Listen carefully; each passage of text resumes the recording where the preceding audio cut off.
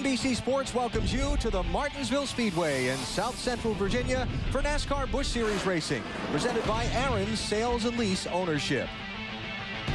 They've been having NASCAR races on this very site since the late 1940s, but what once was a dusty country dirt track is now a shining stadium wrapped around a very tough half-mile track. It's a challenge on any day, but an extra challenge today when some of the fastest cars in qualifying will have to start from the back of the field. There is a threat of rain in the forecast. Afternoon thunder showers have peppered this area from time to time, and they are in the forecast again for this afternoon. So the start of this race has been moved up to just about a moment from now. A field of 43 drivers are strapped into their machines along pit road. They'll be getting the command to fire engines in just seconds, and we'll get this 250-lap race underway. If you follow NASCAR, you're very familiar with the Victory Junction Gang Camp, founded and run by Kyle and Patty Petty for children fighting serious medical issues. 3 of their campers who are from this area are getting a very special honor right now. And now for the most famous words in motorsports. Will Cheese Quapple, Danielle Bollock, and Nick Chase of Victory Junction Gang Camp. Down at 3. 1, 2, 3. Gentlemen, start your engine!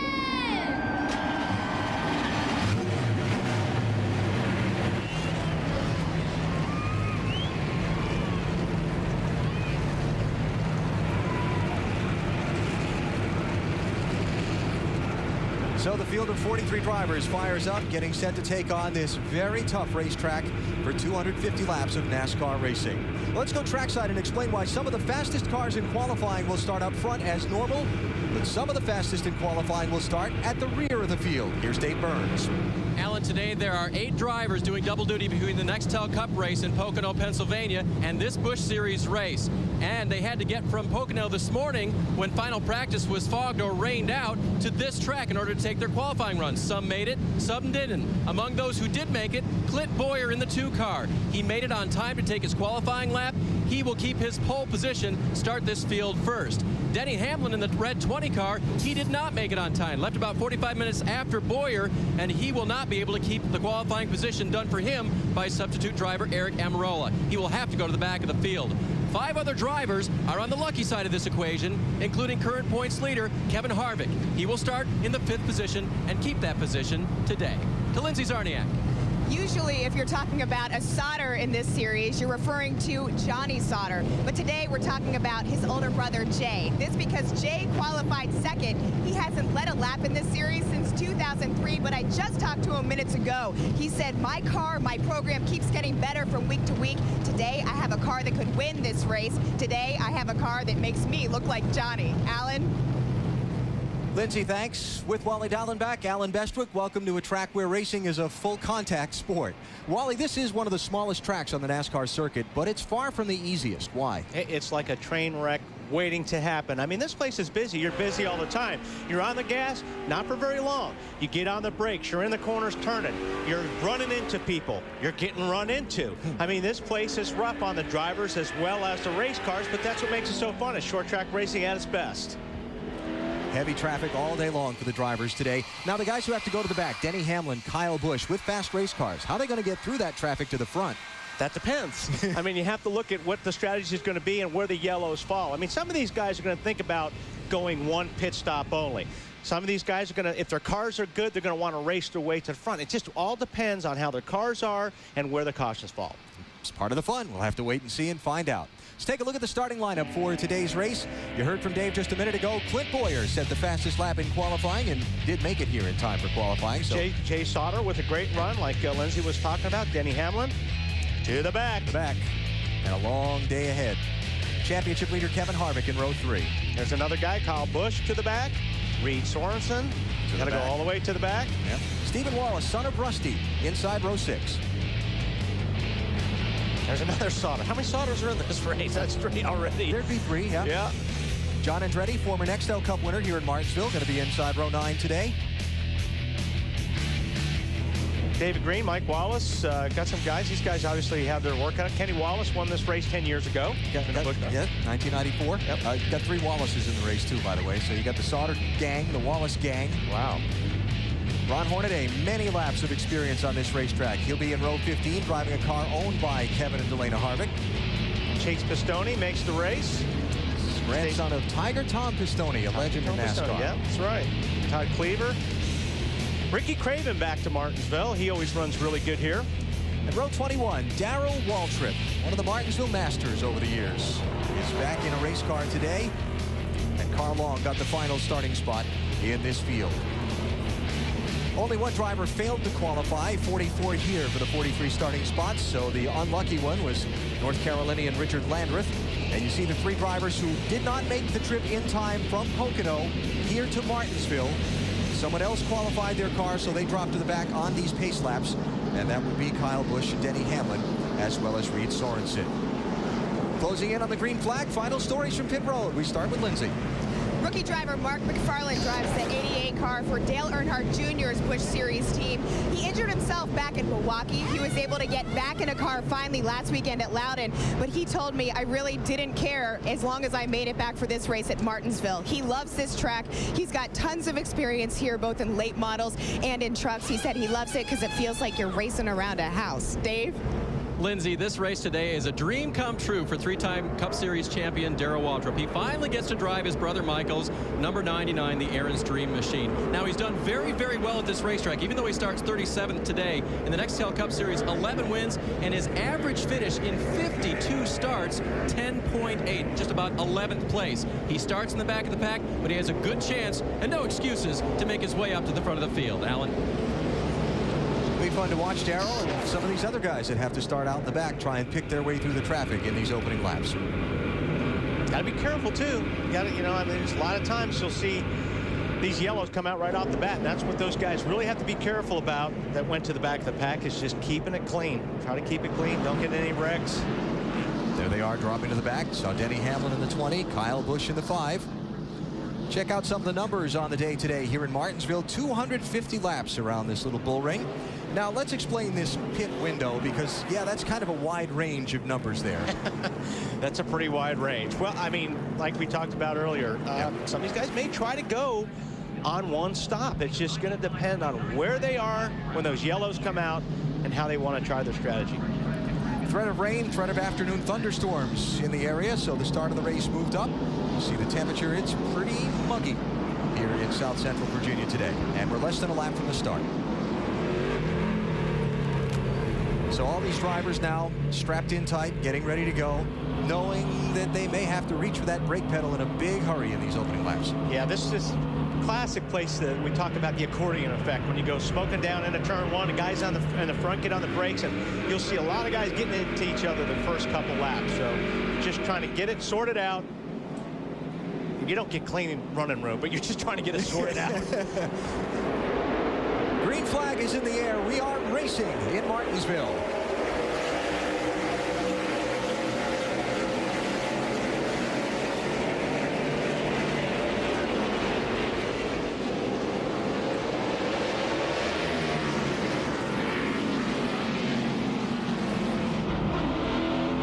Team clean so far. Very clean first lap. Clint Boyer leads lap 1, driving for Richard Childress. Johnny Sauter shakes out second over his brother Jay. Then it's Kevin Harvick, the championship leader, 4th. And the 88 car in 5th is Mark McFarland. There's Jason Levlin, and there we go. And there we go. Stephen Wallace in the 64 is around. Caution flag is out. Oh, talk about losing track position in a hurry. That's one way to do it. And Stephen started in the 11th spot. Yeah. He's going to be 43rd now.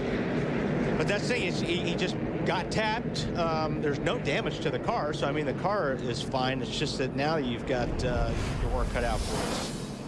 There's that accordion effect I was talking about. These guys slow down in front of you. All the guys coming up from behind can't get after the brakes quick enough. Unfortunately, Stephen did nothing wrong, but he paid for it. And the 18 car that bumped him is J.J. Yaley, driving for Joe Gibbs Racing, one of the Nextel Cup drivers in the field. Stephen's first try in the Busch Series here at Martinsville. We'll wait to see if anybody makes an early pit stop, but I wouldn't expect to see any of the front runners. And in fact, even Stephen Wallace stays on the racetrack, so no pit stops there. That's one thing too, when you spin on this concrete, it doesn't hurt your tires as bad as if it were a spin on the asphalt. So a quick caution out, just a couple of laps in to the 250 here in Martinsville. Clint Boyer is the leader. The crowd waiting to restart. We'll come back for it on NBC. A lap away from the restart in Martinsville Speedway. Check the NASCAR Busch Series Championship standings. Kevin Harvick with a monster-sized lead. Yes, I'd say that's a monster-sized lead. He could be the first one out of the race today and not even come close to losing all that advantage, even if Carl Edwards won. It's been that kind of season for Kevin Harvick so far, and he sits in the 4th position on the racetrack at the moment. Coming to the restart, Clint Boyer, Harvick's teammate for Richard Childress in that 2 car, is the race leader.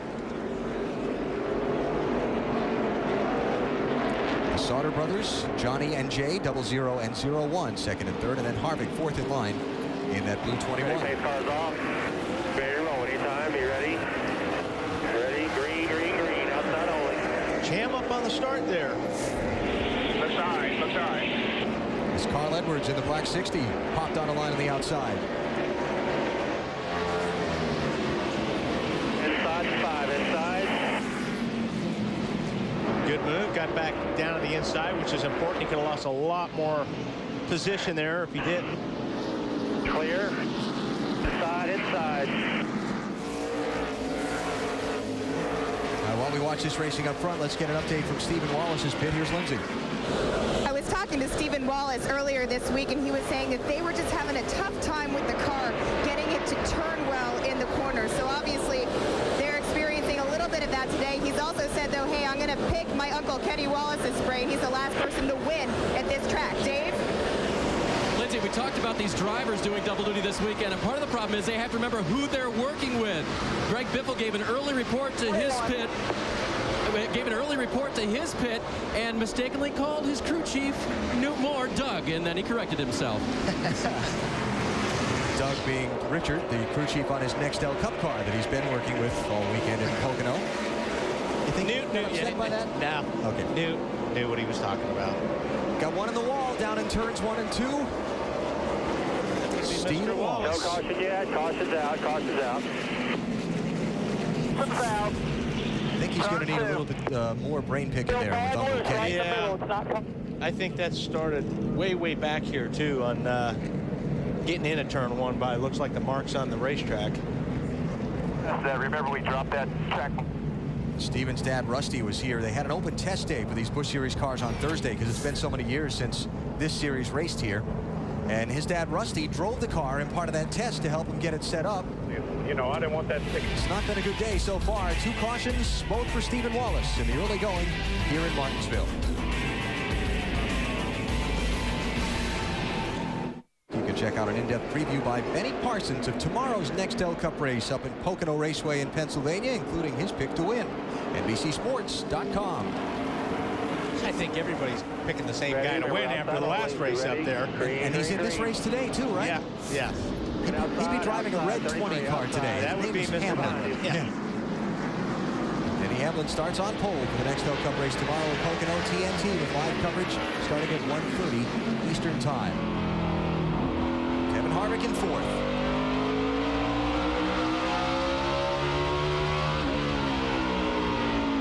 You can see getting down in the corner, everybody, you know, pretty much gets to the bottom, especially early in this race. I mean, as the race wears on, you'll see guys sliding up a little bit more.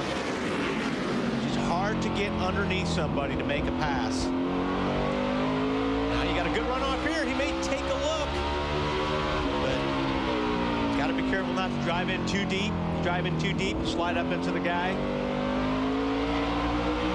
And this is one of the things about this racetrack that frustrates drivers. And leads to guys maybe using that front bumper. Whoa! Now's your chance. Go, go, go, go, go. See that? That's what you're waiting for on a place like this, AB, is if a guy makes a mistake, it opens up that little window of opportunity now. Harvick will get the spot. But you're right. It's early in the race, so you're patient. But after you get done watching the same rear bumper for 40 or 50 or 60 laps, you start getting more frustrated and you're trying to figure a way around. That's when guys start running into each other. Kyle Busch and Reed Sorensen, 5 and 41, moving up after starting in the back of the pack. That's going to put Kyle up to the 30th spot, Sorensen to 29th.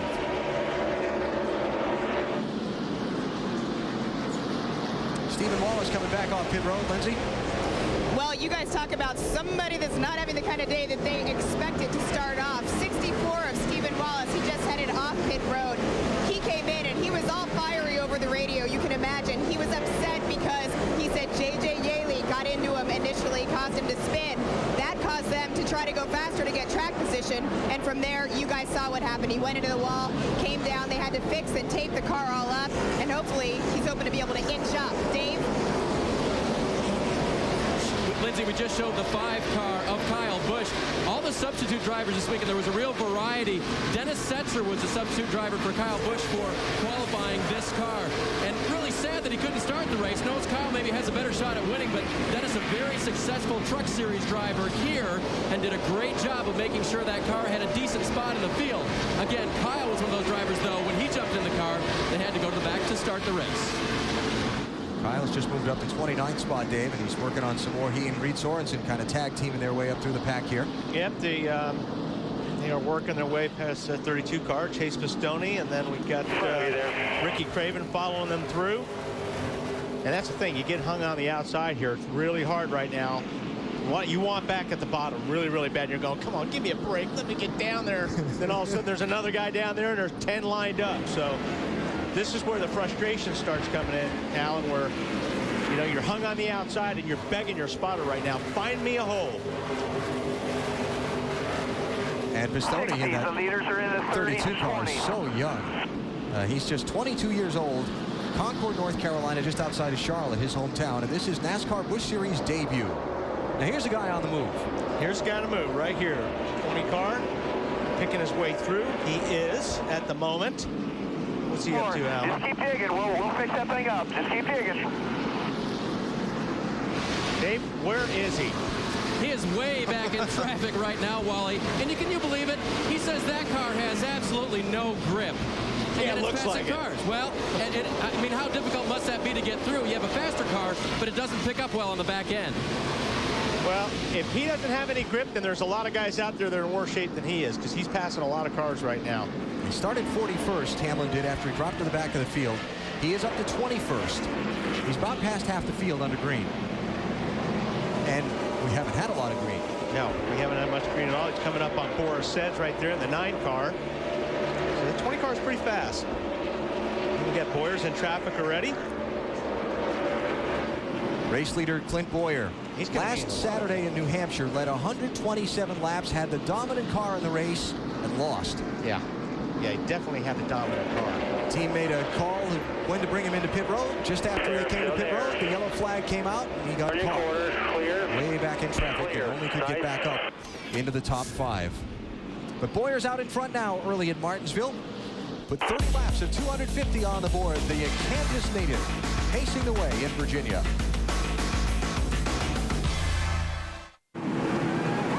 Caution is out here at Martinsville Speedway. Ricky Craven from Maine has just gone for a spin. Lindsay? Car is down on pit road, and right now they are changing the left side tires. They said that he was having a problem with the left front tire. It was locking up, and it was causing a problem on the outside of his car. So hopefully they think these changes they made might help him get back in the race. Guys? Show you what happened to Ricky Craven to put us under caution for a 3rd time today.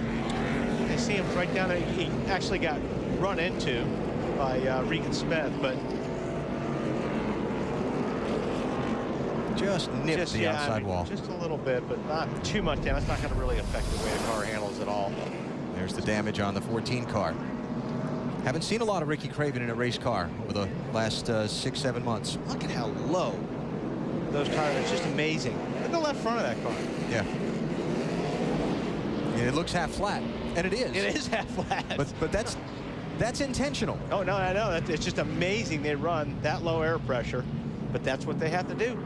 And as they put laps on and the heat inside builds the pressure in the tire, it grows and looks a little bit better than that. Our Wendy's race menu tomorrow, the NASCAR Nextel Cup Series in the Pennsylvania 500. From Pocono Raceway in Pennsylvania, 1:30 Eastern Time. We start with Bank of America Countdown to Green. Denny Hamlin featured on the Countdown to Green, and a couple guys subbing for Wally in the Wallace World car. I understand they tore my car up too. I gotta look at the 12 cars. Keep going, everybody straight, everybody straight. Chase Sauter Looks like he gave his brother a pretty good shot there. Yeah, that 0-1 car, the fourth place car, have to watch the nose of that carefully and see if he didn't close off that very tiny grill opening that gets air to the radiator. And there's Hamlin in the 20, charging up through. I'm going to say he did some damage up there, AB. I don't know if it shut it off, but we'll take a look at it. He could have some water temperature issues here if he did. Hamlin fighting with Kenny Wallace here to pick up a spot. That's going to be the 18th position, and the 20 car will slide in. It's Jerry Robertson out of Colorado in the 78 he works on. All right, there's a look at the hood of that 0-1. Yeah, you see there's some damage up there, right? The front part of the nose. So that could be an issue for him if he's not getting the right air to that radio. I tell you what, that's a pretty good hit. Yeah. Might make the car handle better, but it's not going to do him any good if he's in the garage overheating. Exactly. Right?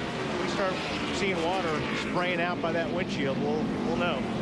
So Jay Sauter, who started on the outside of the front row, back in fourth place right now, and with some damage. Kevin Harvick in that little scramble in the 21 car slipped into second. And now it's two Richard Childress Racing cars at the head of the field. Boyer in the 2 and Harvick in the 21. We'll have to see. Harvick may be a little bit better right now. It looks like he's getting through the center just a little bit better than Boyer, which is the whole key here at Martinsville. We talk about the car rolling through the center, and that's what you want here. You want to roll through the center and then be able to pick up the gas hard. What are they saying about those cars, Dave? Well, Wally, they spent a lot of time this week coming back and forth from Martinsville to Pocono. In fact, on the open practice on Thursday, they had to head back out to Pocono. That's easy for you to say, Dave. It really, really wasn't. Anyway, they were driving Kevin Harvick's Escalade to the airport, and they had a flat. So everybody got out of the Escalade. Everybody went and had a task to do to change the tire. Kevin Harvick wore the white gloves that come with that car when you want to change a tire, and they all had something to do. They got to the airport on time. They really worked well together. Did they race well together, too? So far. I wish there were a picture of that. Kevin Harvick wearing the white gloves, changing the tire. Does Lindsay have pictures of that? I don't know. You know what? I don't have pictures, but I have Clint Boyer's word. And Clint Boyer told me, he's like, if you share that information, please be sure to tell everybody that Kevin Harvick was begging to call for roadside service. A bunch of guys working on and driving race cars for a living. I don't think they needed to call AAA. There's the 5 points that Mr. Harvick, I guess, was looking for. Clear. If you're new to NASCAR, a driver that leads any lap during the race gets 5 bonus points toward the championship. So since these two guys are teammates and well clear of the third place car, Kevin Harvick was just given those 5 points by being allowed to lead a lap from his teammate. Boyer locked the left front up there that time. Documented Denny Hamlin coming up through the field. Here's Kyle Busch, another one of the Nextel Cup drivers who had to start at the back. He's making some pretty good progress up through. 23rd place. So he's made his way through about half the pack. Greg Biffle trying to move forward. Biffle did get here on time from Pocono to qualify his car, so he was able to start where he was scheduled to in 7th place. Right now he's working on that 88 car, Mark McFarland, for 5th. The spots get a little bit tougher when you get up close to the front as far as positions and making ground up. So he's working on Mark right now, has been. See today so far for Greg Biffle. It's involved cars, airplanes, helicopters, golf carts, and now a pretty decent looking race car. Richard Childress Racing up front. Clint Boyer leading Kevin Harvick here in Martinsville. Keep going in the corner, watching all the way to the top. Almost got. NASCAR Busch Series Racing from Martinsville, presented by Aaron's Sales and Lease Ownership, is brought to you by Nexium. Learn more about Nexium at purplepill.com. By Allstate, official insurance sponsor of NASCAR. And by Aaron's Sales and Lease Ownership. Nobody beats Aaron's. Nobody. Under caution for the 4th time in Martinsville. That is the damaged car of Ron Young, and we show you what happened. Now we're on board Darrell Waltrip's car. They're going down into turn 3.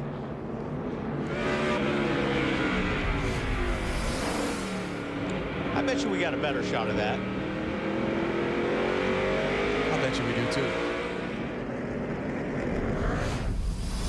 And we'll show that to you in just a second. None of the front runners stopped, although 8th place J.J. Yaley did make a pit stop under this yellow. Everybody else that came down pit road was running mid to the back of the pack. All right, let's try this again. There's where the shot we're looking off at turn 2. There's Ron Young on the high side.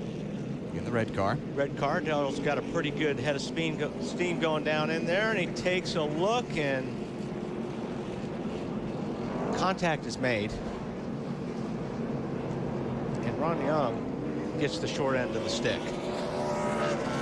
And as would be typical here in Martinsville, driver A would say, well, he came down on me, and driver B would say, he ran all over me. Dave? So, Alan, J.J. Yaley described his car as super, super tight, which wasn't a good thing.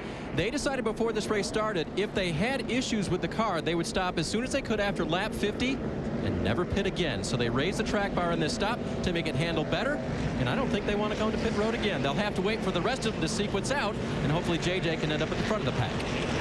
So, Dave, let me get this right now. I know my math can be shaky sometimes. And so do we all. But they're looking to go 200 laps on a tank of fuel here.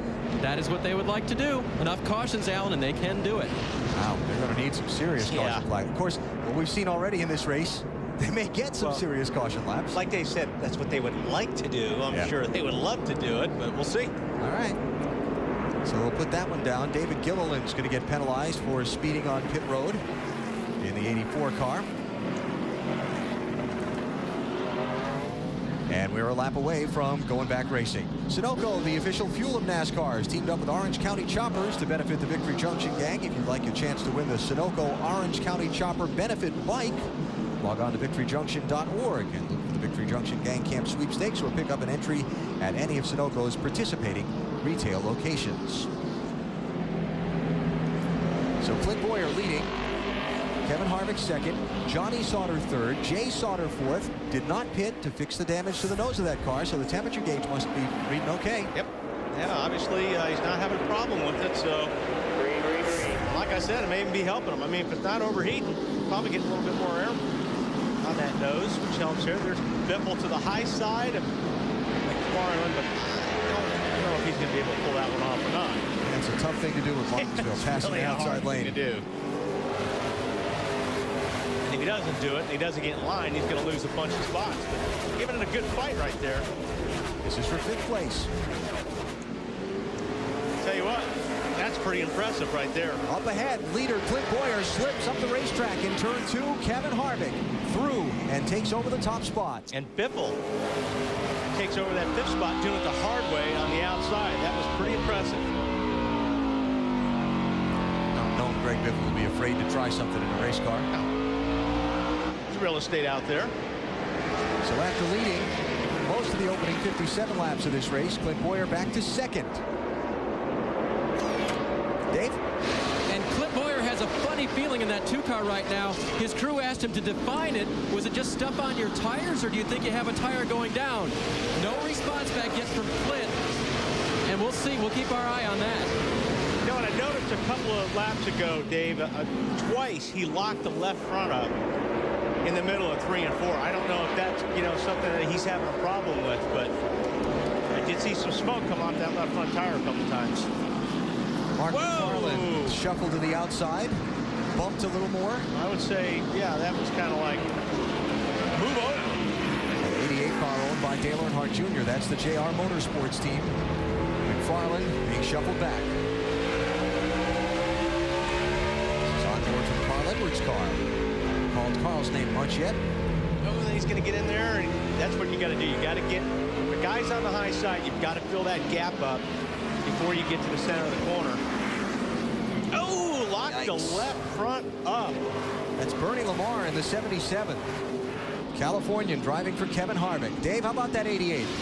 Well, if Bernie Lamar doesn't run into him, he'll be fine. His car is just a little bit tight since the start of the race, so Mark is pretty confident about it. Said it was coming around to him, but it still won't turn down in that corner.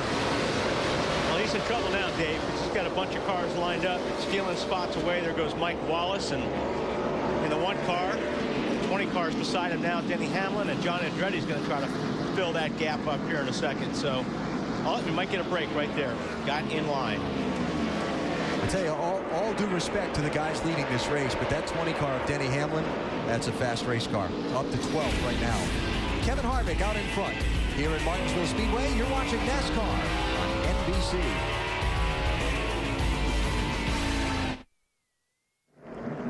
Back at Martinsville Speedway, the Goody's 250 for the NASCAR Busch Series under caution. Jerry Robertson, one of a couple drivers involved. Yeah, it just looked like Robertson got in here in the 4-car Vidovich. He was ready to get on the gas, gets into Robertson. Hornaday decides just to move everyone over. Get himself clear of the accident. Can't find a hole. He made a hole. Jerry Robertson in the 78. Augie Vidovich in the 4. But this happened right in front of the leaders, and so I think, you know, there's no damage done to their cars, and they didn't lose a lap because of that. So. And just a couple of pit stops under this caution flag, so we'll step out, come back for the restart. The stars of the NASCAR Busch Series racing in Martinsville, Virginia. Just back under the green flag at Martinsville Speedway in Virginia, the NASCAR Busch Series on NBC. The Richard Childress teammates, Kevin Harvick in 21 and Clint Boyer in 2, out in front. Nothing's really changed too much. I mean, really the top 6, 7, 8 guys have just been running nose to tail. That slow car they were just going by is Randy McDonald in the 72. And the 20 car, Denny Hamlin, is up to 9th position. Let's get you a quick top 10 check through the field. Down on pit road, we start with Lindsay and the race leader. We'll talk about a qualifying effort paying off for Kevin Harvick, who just took first. Kevin said that he was hanging out at Pocono up there, and he said, you know what, I'm getting tired of sitting around. Let's just go. Let's fly to Martinsville. So his team got here early. As you can see, it's paying off. He currently rides first. He says he will come in on the next caution. Dave? Clint Boyer running in second. The team and Clint have reasoned that the condition of his car, a little bit of rubber buildup on the tires. That caused his car to get a little bit loose. It allowed Kevin Harvick to take the lead. Clint says he's okay. The 00, Johnny Sauter right behind him, and caution's out again, guys. Greg Biffle in trouble in turn 2. 66 car with some damage. He was running 5th and has taken a pretty good shot. Yeah, he's got some damage on the right front. It's going to be 4,300 a second. And obviously the right rear. And the way that trunk lid is mashed in, that rear spoiler is covered up. And I don't know whose radio that is. that's going to be tough for him to race like that. Let's see if any of the leaders pit here. The weather is threatening. The skies overhead have grown a little bit dark, but the leaders are going to come in. Paul Menard will stay out, the 6th place car. All the other front runners at the head of the field are going to come down pit road. Lindsay? Yeah, you see Kevin Harvick coming in the Coast Guard car. They're going to give him 4 tires only, but like I told you guys, he is so thrilled with his car right now. They're happy about their position. They don't want to blow that. Dave? The 2-car of Clint Boyer is all the way around the racetrack, almost toward the exit of turn number 2, has the first pit stall, which means he'll have a clean exit, which is a very good thing. His car was a little bit tight coming up off the corner, wanted to push toward the wall. So the team is going to make an adjustment in the air pressure category. The pressures on the 4 tires they change will be a little bit different. Krugman down, but he gets right back up. The rear tire carrier corrects it. And now going for the jack on the left side. Put the left side tires on. He'll try to win the race off of pit road. Here comes Harvick. It is close, guys. Give that one to Kevin Harvick. Yeah, look, 21 has got some damage on the back of his car there. It looks like Little contact on pit road, maybe? Let's see if it happened right here. No, actually, I saw it when he was coming in pit lane. Okay. Yep, Harvick by a nose off the pit lane.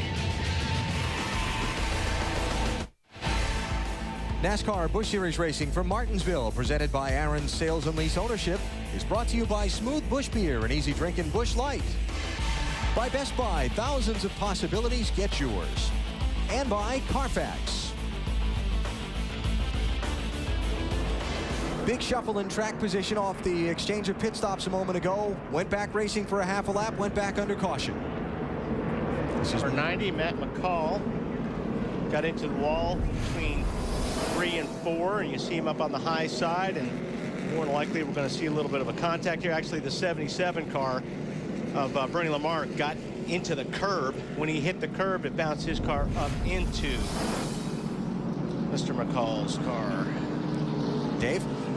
And a shame for Matt McCall. They were playing the track position game. It stayed out on this last caution, had pitted earlier. Matt not completely unhappy with the car and just trying to, as we say, make up that valuable track position, and got caught back there. Actually got caught in that wreck. So lots and lots of caution flags as we approach the halfway mark of this race. We're under the 7th yellow. And we're only at lap 85.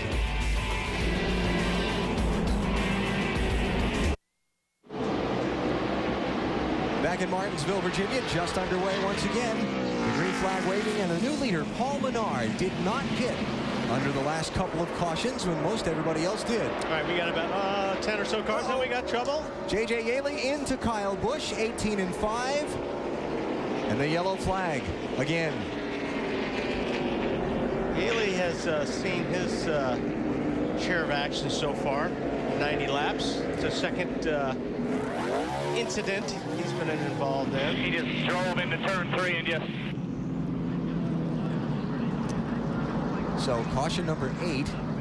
He can't drive to save his life.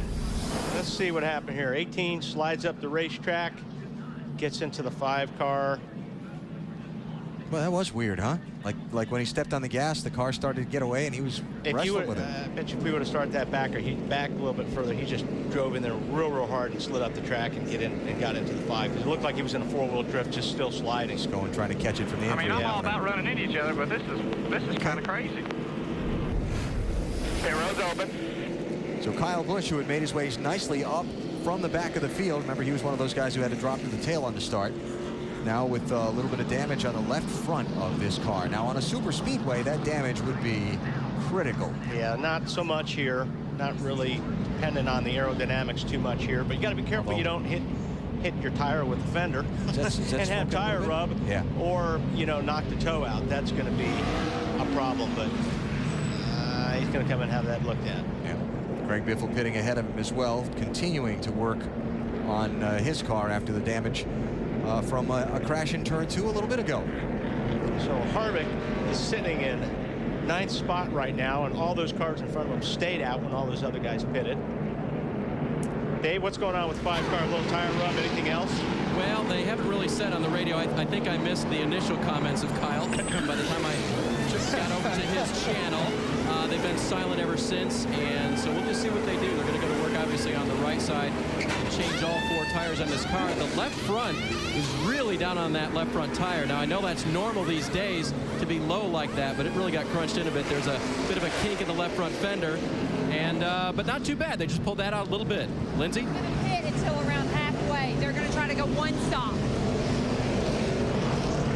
Hey guys, if you could listen to the radio down here, it's kind of comical because a lot of these drivers are getting on and giving their 2 cents. One of them being Todd Cleaver. Todd told me earlier today that he hates driving this racetrack. He's like, I'm not going to sugarcoat it. I absolutely hate it.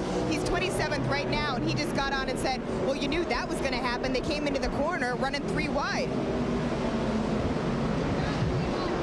They have a good view. Yeah. And we do too. Let's try this again. Denny Hamlin, a little accordion back in traffic. Everybody gets away okay. That's Kevin Grubb in the 2nd place, 56 car. Kenny Wallace, number 22, sits in 3rd. Now, all these guys pitted under an earlier caution. Grubb and Kenny Wallace and so on. They pitted back at lap 53, did not pit under the caution at lap 80 when the leaders did. That's the whole swapping around of track position. However, Paul Menard in that 11 car, he hasn't stopped yet this race. Right, but and that all sounds good on that track position, Alan, but the thing is, Harvick's coming. I mean, he's already up to 8th spot right now. Clear. So if these guys, are trying to gain in track position, that's all well good, but boy, these guys behind them, some of them are flying. So bigger picture on the strategy for the race, how many times is this 11 going to stop and when? And will we see the 21 of Harvick back on pit road again during the day? Lindsay, how about the leader?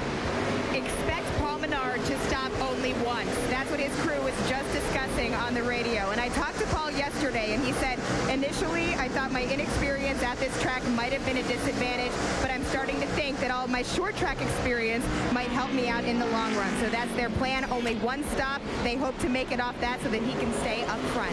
And I think, Alan, that's one of those deals where your strategy, obviously you make the strategy as you go along. It all worked out for them. They got in a position where they stayed out. They're out front. It's 100 laps right now. So, yeah, why not? Go. You've got clean air. It's your racetrack. So roll the dice. Go for one stop. And so that's why at the top of the broadcast when we showed you that pit window from lap 75 to 150, 150 is the range on fuel. But the guys that are going to make two stops, we've already said we saw them come in at lap 80, and we may see them again later on, anytime after lap 100 to 150. Right. Greg Biffle, Kyle Busch.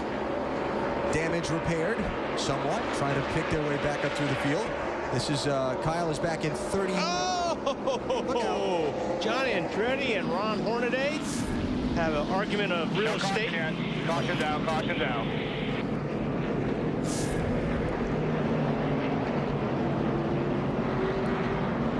You can always tell the way somebody puts a car in gear if they're mad or not. Let's say Ron's not too happy. Coming off turn 4 here. Oops.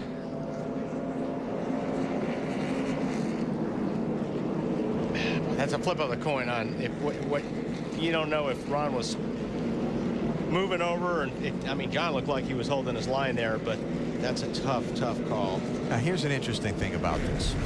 The car that just crashed, that one, is owned by Kevin and Delana Harvick. Kevin now was right behind John Andretti on the racetrack when that happened, and will be on the restart. That'll be interesting. Here's the leader on pit road for what would be his, you like that? for his, what Lindsay just told us would be his one and only stop in this race. He's going to make it at lap 103. Lindsay? Yeah, lap 103. So you guys think that he can make it on this one stop? They're bringing him in. I know the plan off the bat had been to change 4 tires. So they'll bring him in, do what they can do, get him out as quick as possible so that he can try to make the most of good track position. Guys? Yeah, I don't think there's any question he can make it on fuel from here to the finish. The question is, how does the strategy flip out? Can he get his track position back by the time the checkers wave? Already caution number 9. Not even to halfway at Martinsville. Ouch.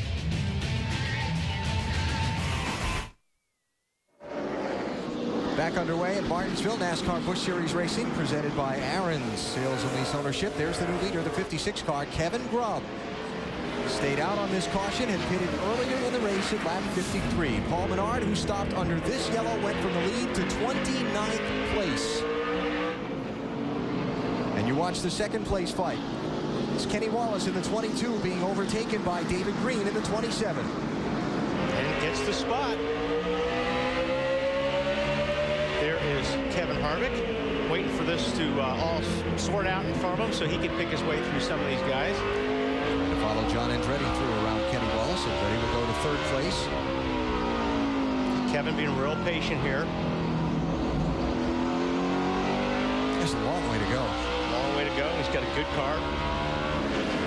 Still outside. You're clear. Thank you, Kenny. So Harvick through. Kenny Wallace back to 5th.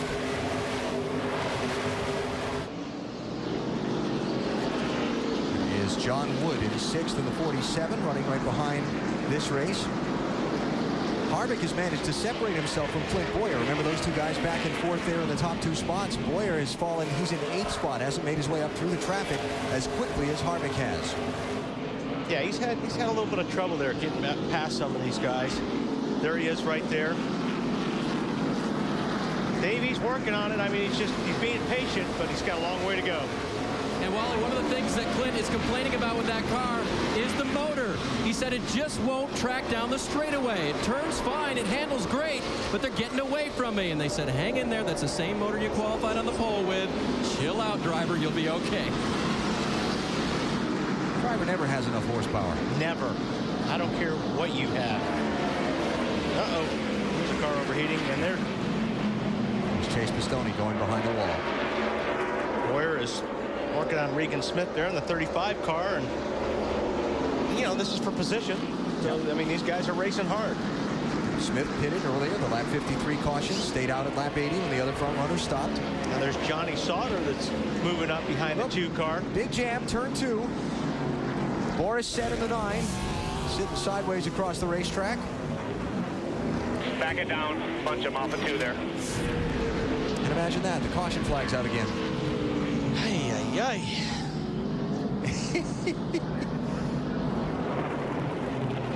All right, let's figure this one out. It looks like Boris just gets tagged.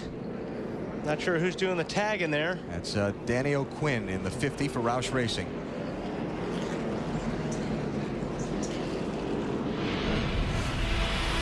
All these caution flags, we've still got 34 cars on the lead lap.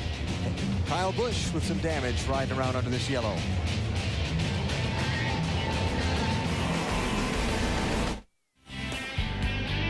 The Goody's 250 for the NASCAR Busch Series, live on NBC Sports from Martinsville Speedway in Virginia. First time the Busch Series has run here since 1994. And a good crowd has turned out to see it. Seen the pace car leading a lot of laps so far. Boris Said involved in this latest spin. Lindsay?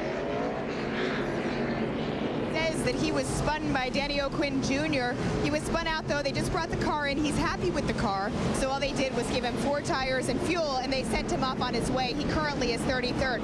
Just a few spots ahead of him is Paul Menard in 27. As they go green, Paul Menard is going to try to charge up front. He believes he has a car that can get it done. His car chief says they will not stop again. And this team has gained so much chemistry that they all got together last weekend at Paul Menard's new move-in party at his new house by the lake. Guys? Move-in party by the lake. That sounds like a good time. Yeah, we weren't invited. David Green pitted from 2nd spot. And so Kevin Harvick moves up to the number 2 slot behind Kevin Grubb, the race leader, as we try it again. Wow. Getting pretty clogged up over there, 1 and 2, but they all get through. Looking like Sauter in that 00 cars really wants by Clint Boyer. It's Johnny Sauter, 8th place. Clint Boyer in 7th in the 2. Carl Edwards, the black car, the 60, looking out of line.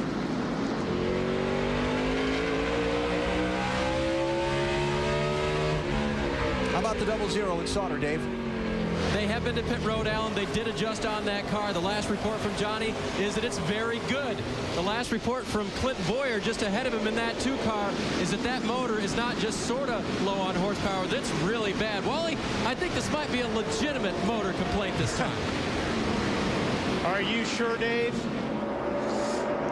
I'm never sure about you drivers, Wally, but Clint, the way he's been talking about it, I think he thinks something's very wrong with the 2 car. Well, keep an eye on it. Hopefully he can get to the finish. As Boyer came into this race 3rd in the Busch Series Championship standings. Greg Biffle, Darrell Waltrip knocking around. As pressure on the lead, here goes Kevin Harvick. Front tires inside. Boy, Grubb's fighting him pretty hard. It's the lead. He's not going to give it up easy. Inside, he's there. Not going to give it up, but it's tough to hold those new tires back. So back to the point, Kevin Harvick.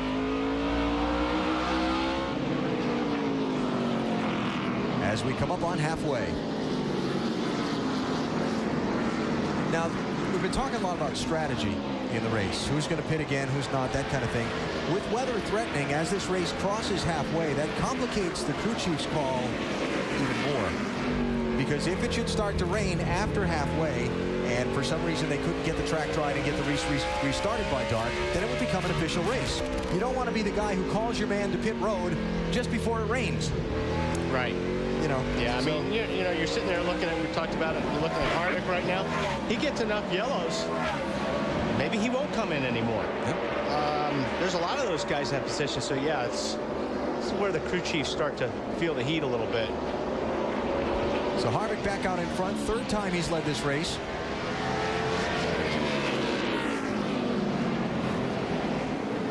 Let's just mention, we talked about David Green stopping under that last caution. He came back down pit road and topped off the fuel quicker than that group behind you before there. the restart, but David Green is back in 34th place, last on the lead lap. from second. From second. Ouch. There's Sauter. Really working on John Wood right there. Dave, 47 is trying to hold off Johnny Sauter, but boy, Sauter's all over that bumper. What's he saying? Yep, Sauter's trying to get by. The 47 of John Wood last pitted on lap 66, and you guys talked about the strategy. They're playing either the rain game or, according to crew chief David Hyder, they need about 12 more laps of caution, and they don't have to come to pit road again. And what could be better here at Martinsville than a Wood grandson or son doing very, very well? Yeah. Wood Brothers' famous racing family based in Stewart, Virginia, just up the road from here in Martinsville, about 25 miles. And to be racing at this track today, very special for John Wood. The earliest memory I have of this racetrack is it was like playtime for myself and my cousin and a lot of the other drivers' sons. You went to the racetrack to play. You didn't come here to watch races. And that just goes to show how young I was. This is a very special racetrack and place in particular. You know, I've got a lot of history here, both on the racetrack and off. So it's a very special place to come to. A lot of local fans pulling for John, and of course he'd like nothing better than to haul that grandfather clock back up the street to Stewart, Virginia, the very unique winner's trophy they get here in Martinsville. 38 car, Leffler, trying to get that 12th spot away. Mark McFarland in the 88 car. Ooh, up on the curve a little bit. It's funny, you hit the curb with these cars, and I mean, you know, you run so close here anyway, but if you hit the curb with your left front, it throws the car up the racetrack into the other guy, and you got to be real careful down there on the bottom. Those curbs they're not very big, but they will move the car. And that's just not something you face at most racetracks, is having literally a curbing on the inside. Right. Because if it wasn't, they'd be in the grass. Yeah. Kicking the sand all over the racetrack. Yeah. Leffler trying to pick up the 12th spot and gets it done. Shuffling McFarland back to 13th. How's DW doing today? He's wrestling around there in the middle of him. It's be about 28th place for Darrell right now. I saw him involved in one of those bumps earlier on the day. Getting back into a race car after not being in it for a while is a tough thing, but Darrell couldn't resist the chance to race here in Martinsville. He's got a lot of memories of wins at this racetrack over the years. I asked him what his most special memory of this place was. Clear there, all clear. The one that meant the most was 87, and that was the one that my daughter was born, Jessica was born that weekend. And when I got to the track, there was a rose in the seat and a note that said, "Win this one for me, Daddy." And every time I tell that story, it about makes me cry. Well, Ron Hornaday's crying right now. Yeah. That's the second time he's around today. And so we'll bring out caution once again. At least he's doing it in front of his boss every time. Yeah, you notice that? Harvick kind of stopped on the racetrack saying, "Can you get going? Can you stay on the lead lap?" Well, there's damage there, but I can't remember which wreck that may have come from. Oh, that right rear stuff was from, no, the left rear was what John got him earlier. Johnny Andretti. So yellow flag number 11 in this race. There is the leader, Kevin Harvick, stepping on the brakes, stacking up the traffic behind him, trying to let the car he and his wife own get going and stay on the lead lap. Didn't work.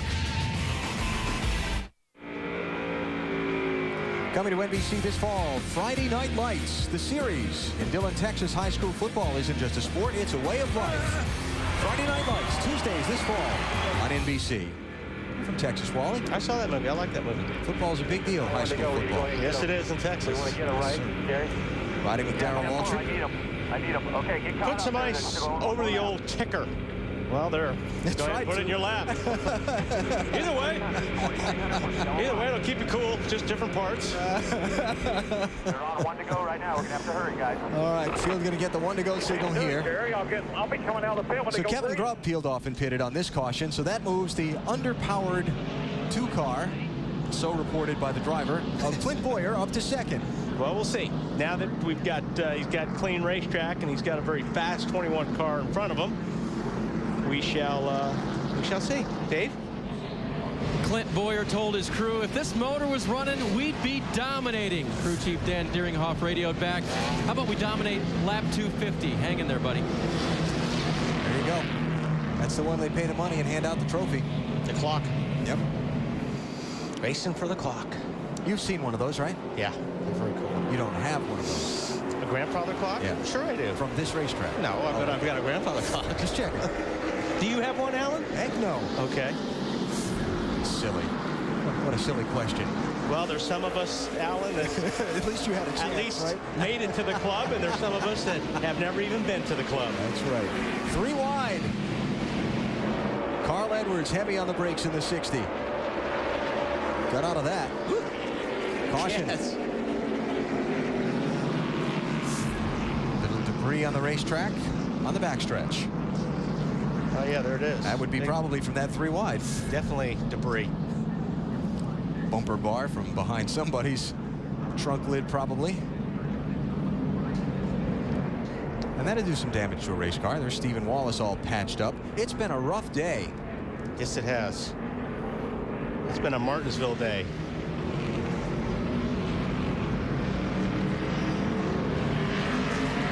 Ron Hornaday, the lucky dog on this caution, back on the lead lap. That'll be 34 cars still in contention.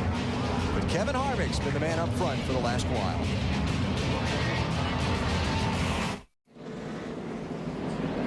Just joining us, what have you missed? A lot of crashes.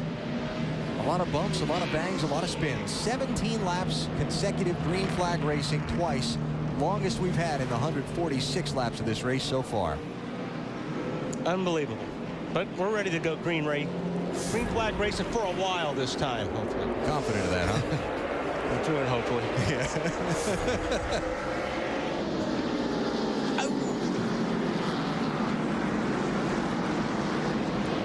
Go. Kevin Harvick leading, Clint Boyer second, John Andretti third, Reed Sorensen, one of the guys that started in the back in that 41 car, up to fourth. Kenny Wallace rounds out the top 5. Now, we like to do this during green flag racing. Let's see how we make out. Here's a top 10 through the field. Lindsay, start us off. We begin with Kevin Harvick, who is exactly where he wants to be, still right up front. You will not see Kevin Harvick down on pit road again. That is it. He is through. And he had been on the radio coaching his teammate Clint Boyer before, saying, Clint, come on, don't worry. Patience, patience. You can get around him. And Dave, you can tell me about the 2 car. Lindsay, when the green flag came out, Kevin Harvick stepped on the gas and took off. Clint Boyer stepped on the gas and did not take off. He radioed, see ya. He's still not happy with the 2 car. Lindsay? Well, John Andretti is somebody that is happy with his 10 car. He's very, very happy in what he's saying. They made some changes on the last stop, but he, again, is done. They are not going to bring him any longer. They're going to take advantage of the track position that he's got. Right behind him, and actually passing him as we speak, is the number 41 of Reed Sorensen. Reed says he was doing well before. He's starting to have some brake issues, but as you can see right now, he just made that awesome pass underneath. Doesn't look like he's having many issues any longer.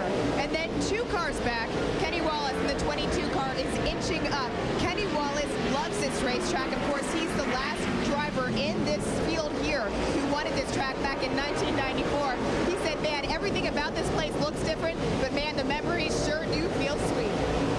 Martinsville at that time was our biggest short track race of the year. You know, we had Hickory, you know, we had Pulaski County, we had Myrtle Beach, but if you won here at Martinsville, you got a grandfather clock. And that's what Martinsville is all about. It's a hard racetrack, and to win, you get a big grandfather clock, and boy, is it a feather in your cap. Kenny Wallace said he'd love to fill his entire living room with Now, Denny Hamlin soldiers along in the 20 car. That car's a little bit tight in the center of the corners, but at this point, the crew knows they can't bring him on pit road. They cannot give up the track position that Denny currently has. Lindsay, back to you. Carl Edwards in the 60 car continues to make his move up. He's currently moved up to 6th position.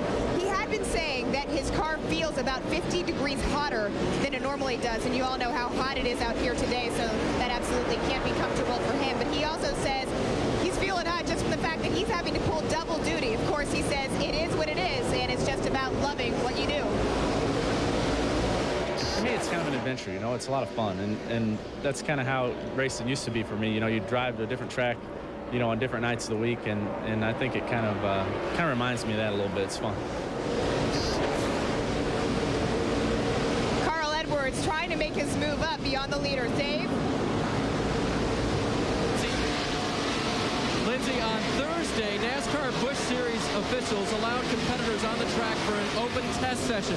Johnny Sauter was one of those. He got about 130 laps on this track. Very good information for crew chief Harold Holly. He said they tried 4 different setups, took a little bit from each one to get what they had today. Lindsay? Jason Leffler just made a move in the 38 car. Jason Leffler went up to 8th position. He had told me earlier that he too enjoys this racetrack, but he wants to end up in the top 5 because he feels like that's what his car is capable of. Dave?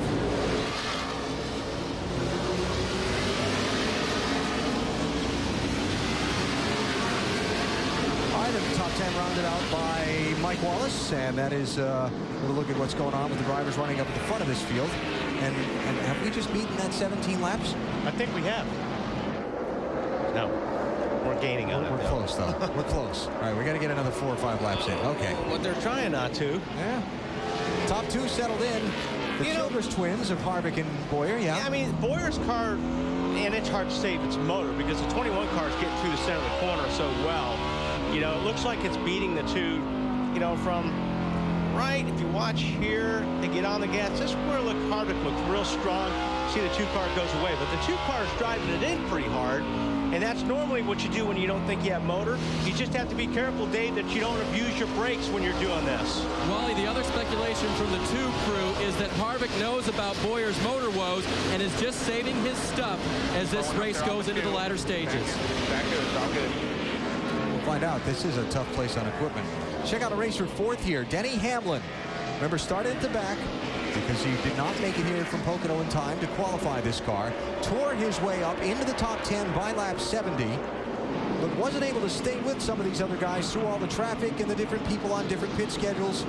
He just got around John Andretti and moved himself to 4th. Yeah, I think now that he's got clean racetrack, so to speak, he's in a little track position. I mean, these guys are a little bit of ways ahead of him, but they get another caution. That's going to erase all that gap. You may get these guys run for their money. Leaders in traffic putting the lap on Carlos Contreras in the 12th car. Clint Boyer hanging right with Kevin Harvick, but it has been the NASCAR Busch Series Championship leader who has been out in front for most of the laps of this race. Kevin Harvick at the point.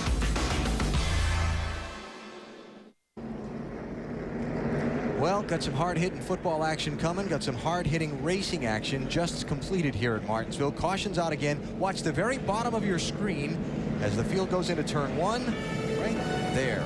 Looks like John Wood tags the 84 car of David Gilliland. And I mean, David wrecked that car. That car's done. Maybe a small track, but you're still going over 100 miles an hour when you head into the corners here. It's still a pretty hard crash. So Gilliland behind the wall. Wally, we did it. We went 18 laps. 18 laps. Of green. So a new race high of consecutive green flag laps. 18. And just a couple pit stops here under this caution. Football, Sunday, August 8th at 8 Eastern and 5 Pacific. NFL football returns to NBC with the Hall of Fame game. Of course, the day before, John Madden gets enshrined into the Pro Football Hall of Fame as a coach, broadcaster, and video game innovator. Question, he's left his mark on the game of pro football. And the Hall of Fame game kicks it all off for NBC. Sunday, August 6th, 8 Eastern, 5 Pacific. Lindsay, how about the John Andretti car running 5th? John Andretti currently sitting in 5th position. That's a good spot for him. That's where he wants to be. He was actually surprised about the performance that his car was giving him, but I just talked to his crew, and they said John was on the radio saying he feels his car is starting to go south again. It's having a problem with no bite, and what that means is it feels kind of like it's spinning on gravel, like it won't excel at the rate that it had been. So they're debating whether to bring him in. For now, they'll keep him out, but he's terrified to drop out of that top 5 position. I don't think I'd give up the track position at this point. But exactly. Got 160 laps into this race. Darrell running 28th, lead lap. Lap cars coming. Coming. Carl Edwards running 6th. Kenny Wallace. He's in the 12th spot right now. And the race leader. Amazing how the guy that's leading the race, it looks the easiest for him. It's funny because Randy LaJoy former series champion, was the guy that practiced this 21 car yesterday for Kevin Harvick while Kevin was at Pocono attending to his Nextel Cup Series business. Randy's not had the best of equipment to race the last couple of years, and I watched Randy get out of this car after running it for a long time in practice, and he stood up and he said to the crew, "This stuff's easy when you got a good car." This is very true. Actually, I talked to Randy about that too at the summer shootout down the road, and we were talking about the same thing. I actually got to drive Kevin's Cup car at Pocono a few years back when he was doing a Busch race, and it was the same thing. You just get out and go, wow. Yeah. Very nice stuff. So Richard, doing a good job over there. Good equipment, and it shows. They're running 1-2 right now. Paul Menard, the Neon 11, trying to make his way back up through. Remember, he was the leader when he stopped at lap 103, fell to 29th. And all these caution flags, he's only made his way back up to 16th. Kyle Busch right behind him has made a couple of pit stops with damage to the left front of that 5 car. Yeah, Kyle's been beat up pretty good today in this race. Here are the 2 guys I think we've got to keep an eye on. Reed Sorensen in that 41. We haven't talked a lot about him, Wally, but he came from the back, made his way up through the traffic, is hanging right with, and actually closing, was just before that yellow, closing on these front 2. And then Hamlin right behind him. You talked about if he got a caution, you could close the gap. He got his caution. Right. So we've got these 4 cars right now, which are probably the 4 best cars at the racetrack right now. We shall see who's got the best. And it looks like you said, the 41 car looks very strong right now. Dave, the 21 is still setting the pace. And Wally, I just wanted to add what you guys were talking about with the Richard Childress Racing Busch cars being really good this year. Kevin Harvick is a runaway points leader at this point. And when they were deciding when to leave the Pocono Raceway early this morning, they based their decision on the fact that they had the championship to think about. Other guys waited it out a little bit longer because the championship wasn't a big deal. They could go to the back here today and not be as in bad a shape. But they wanted Harvick to qualify the car. They wanted Harvick to be able to stay up front in his position and hopefully win this race. And that is one thing they're on their way to doing today. He's got 75 laps to go for Harvick. And if he would be able to win, it would be his 4th of the season. Yeah, they have been pretty dominant. Boy, these guys are just, you know, you're talking about the beginning of the show. These guys are working hard right now. Yeah. They're driving hard. There's a lot of traffic. These guys are fighting for every inch of racetrack right now. The cars are not handling very well. Now clear. It's a workout. On board Darrell Waltrip.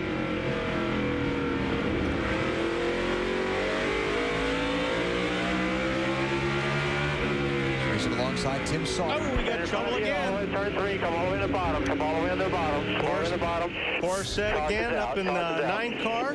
David Green, 27 car. And a few more. others. 56 was Kevin Grubb. 08 was Jason White. And this would be yellow flag 14. And the record is 18, right? Yep. We're gaining. I'll bet the over. The way we're going, I'm not going to bet against you. Yeah.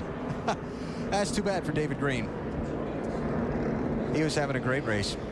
Earlier was up as high as 2nd. And now he's got some pretty healthy damage to the nose of that car. Should I say pretty unhealthy damage? We're not going to see any of the leaders pit here, are we? No, I wouldn't think so.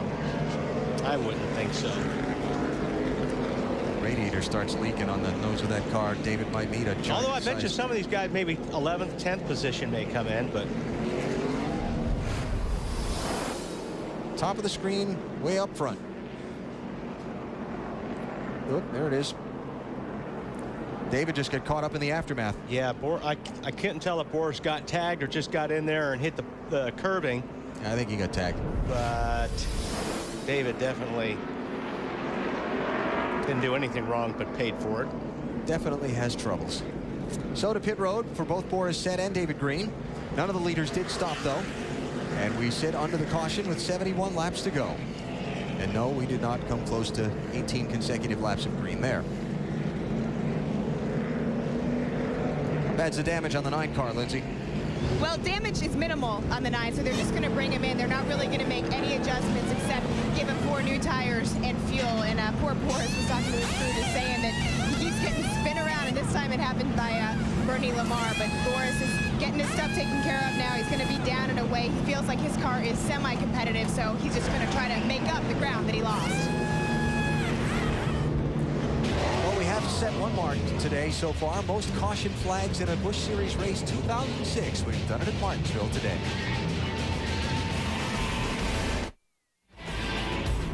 August 6th, NBC Sports will be proud to bring you the All-State 400 at the Brickyard. One of the great races from one of the great places. That's for sure. Love going there. Already. Motor Speedway. Here we go, back to green. 20 car jumps underneath the 41. Hamlin trying to take that spot away from Reed Sorensen. Two drivers who started at the back of this field have made their way into the top 5. Hamlin's car, one of the fastest qualifiers in the field, trying to get up there and race with Harvick and Boyer. Sorensen's not having any of it yet. Hanging tough on the outside. And we talked about that earlier. That's tough to do. Yeah, it really is, but he's there. Racing for third place, Lindsay, is Reed Sorensen. Yeah, talk about kudos to a guy that wasn't even able to practice much in his car. Reed was down here, of course, Thursday for the open test, then went back to Pocono. Now he's sitting in third. He just moved up from fourth to third. I talked to his crew chief, Brian Patty, who said he was extremely happy with how Reed is getting as far as communicating with the entire team. He feels like they've got a car that can win this race. And Reed just got on the radio, said the car feels really, really good. The brakes were giving me a problem before. They've stopped chattering a little bit, but as you can see, he's hanging right around third and fourth, guys. Little bump. Yeah, gave him a little shot. He may give another one. Who knows? That was good. Good hard racing. Yep. Denny Hamlin to third. How about an update on the 20, Dave? And Alan, I think that shot to the back meant, boy, I wish I'd been able to start with this car qualified. Remember, Eric Amarola qualified this car, but Denny had to start at the back when he was the replacement driver. And after the first lap, he was in 39th position. Just think what he would have been able to do if he'd started at the front of this pack. And that first adjustment and only adjustment they made on the car might have been a little bit different. Dave, this goes back to something you talked about earlier with Kevin Harvick. While Reed Sorensen and Denny Hamlin have been charging as hard as they can to get up through the traffic, using up their equipment, Harvick and Clint Boyer have, for the most part, been up front and able, especially Harvick, able to set a little more moderate pace. Yeah, you don't have to abuse your stuff. Those two guys that were running side by side just now probably used their brakes more than anybody in the field for those 5 or 6 laps. They were both trying to get the edge, getting into the corner, and they were just pounding on the brakes. So yeah, the guys up front, they're just running their pace, nice and easy. Johnny Sauter did finally get by John Andretti for 5th spot, so the 0-0 car. And these guys back here are looking for another yellow. Yeah. Not on purpose. Yeah. But they just might have one the way they're bouncing off each other. It's stacked up, and there's a, these cars are running very, very tight, nose to tail. And you're looking for that one little mistake the guy makes. And even if a guy gets a little bit sideways, you're going to try to force the issue. Oh, there we go. Todd Cleaver. Like that. Yellow flag. John Wood was involved in that. Got a left front tire that is completely flat on the 47 car. So I'm sure he'll be hitting pit lane here pretty quick. Todd Cleaver, 26-year-old from Sun Prairie, Wisconsin. Driving for Roush Racing. Let's take a look.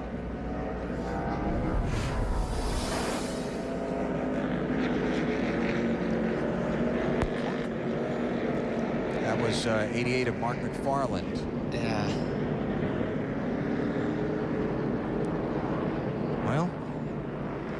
Well, I mean, you're looking. Hey, like, if you get to somebody's bumper going into the corner, you're gonna spin them out. So, not sure.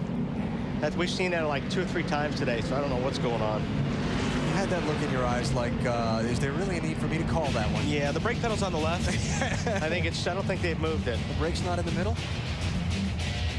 Left of the gas pedal. Oh, okay.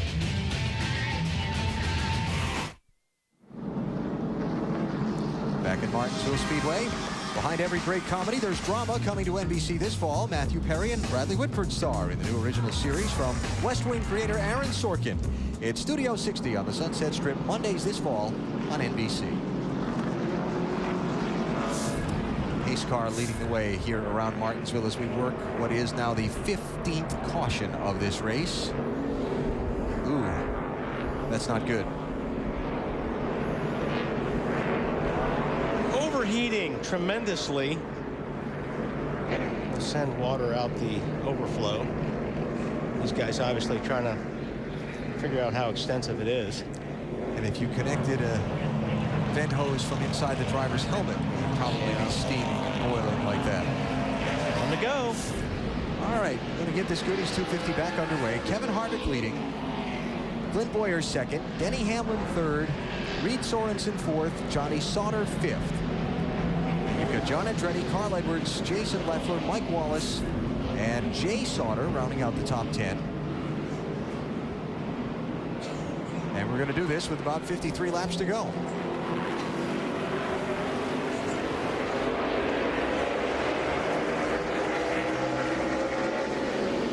Hamlin all over Boyer. 20 trying to pick up second spot. He thought about going to the outside. I think he thought better of it. Ooh, Mike Wallace slipped to the outside. He's going to lose a few spots coming off of 2. Up front, these guys very nose to tail. There's Mike. He lost quite a few positions there. Running in 9th right now is Mike Wallace in the 1. There's Paul Menard in that 11. Still trying to make his way back to the front. And we've got trouble in turn 2. Augie Vidovich around in the 4. Caution flag is out. We're going to get that record, Wally. I was going to say, did you really need to make a pit stop at all today? Yeah. With all these cautions. Yeah, probably one. So the young Californian, Augie Vidovich, 25-year-old from Lakeside in the Golden State, has had trouble for the second time today. As evidenced by looking at the front end of that car.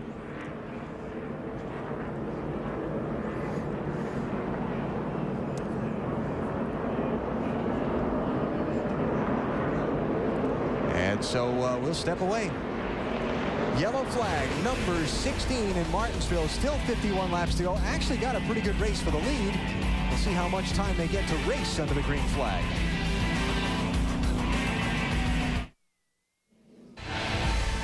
NASCAR Busch Series Racing from Martinsville, presented by Aaron's Sales and Lease Ownership, is brought to you by FreeCreditReport.com. Log on to FreeCreditReport.com and get the score. By new Reese's Peanut Butter Cups with caramel. And by Aaron's Sales and Lease Ownership. Nobody beats Aaron's. Nobody.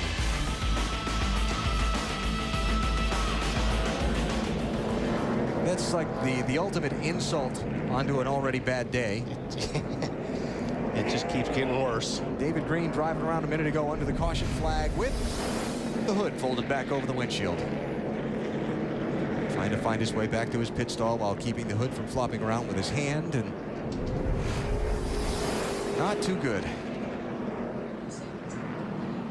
Here is our FreeCreditReport.com pit summary. Difference in the race so far, strategy, all of your top 5 pitted together under the caution at lap 80, while Paul Menard was 6th at that time. He stayed on the track, pitted from the lead at lap 103, and he's back in 15th. And that's tough, because he's got a lot of good race cars in front of him right now that he's got to pass, because nobody else is coming in anymore up front for pit stops. So he's got his work cut out for him. Pretty well summarizes the strategy that's gone wrong for exactly. the 11th car today. Let's summarize the race thus far this afternoon. Threatening weather when we went green just after 3:30 Eastern time, and we saw this a lot. Yellow fever. Lots of it. Stephen Wallace gets turned around. One of 2 incidents to say he will be in. There's 14 car. Gets a lot of guys just getting turned around today. That was Ricky Craven, J.J. Yaley, and Kyle Busch, 18 and 5 respectively. Big mess and traffic jam there. Here's John Andretti in the 10, Ron Hornaday in the 33. Yeah, Ron's had one of those days as well today. Yeah. Boris said, hey, who hit me? It's been in a couple of those as well. 16 caution flags in this race. The longest green flag run we've had today, 18 consecutive laps. That was between laps 147 and 164. 5 different drivers have led today. Kevin Harvick has been out in front for the most, 104 of the 205 laps that we've run. There is the record. We're getting there. We are. 45 laps to go. We'll make it. That record's been long time. 1984. was when that record was set. So. Now, of course, they didn't race here between 1994 and That's still 2006. part of history here. Yeah. Always like being part of history. NASCAR race coverage continues tomorrow on TNT. The NASCAR Nextel Cup Series at Pocono Raceway in Pennsylvania. Unlike this little half-mile bull ring, that's a big 2.5-mile super speedway.